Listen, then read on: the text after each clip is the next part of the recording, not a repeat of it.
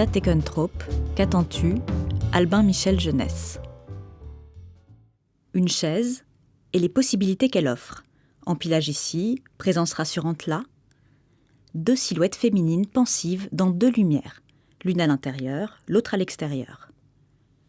La maîtrise de l'équilibre dans un exercice de gymnastique à l'intérieur d'une salle et les surprises d'une partie de Colin Maillard à l'extérieur. La griserie avant un plongeon dans une piscine et l'élan que provoque une danse en équilibre sur un fil tendu.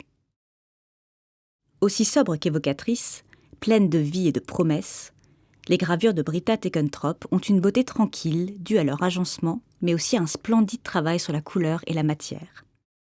En même temps, elles ont un petit goût de mystère. Qu'est donc cet empilage de chaises? Que regarde la petite fille par la fenêtre ouverte? L'air de rien, chacune d'entre elles suscite en filigrane une question. On a, avec ces 8 images, un aperçu de l'épais album de questions philosophiques dont elles proviennent. Une centaine de questions, toutes accompagnées d'une illustration, aucune réponse. Plutôt une centaine d'invitations à s'interroger. Mais sans obligation. À chacun de les voir, à chacun de les regarder, de s'émerveiller, à chacun de décider s'il s'en laisse imprégner.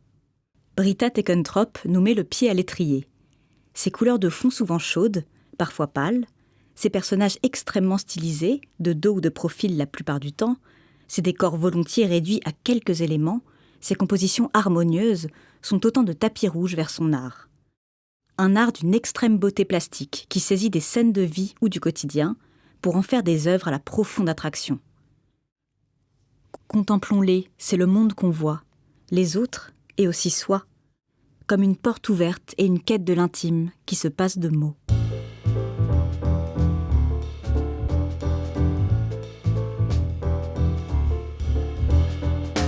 Et toi, t'as la tête où?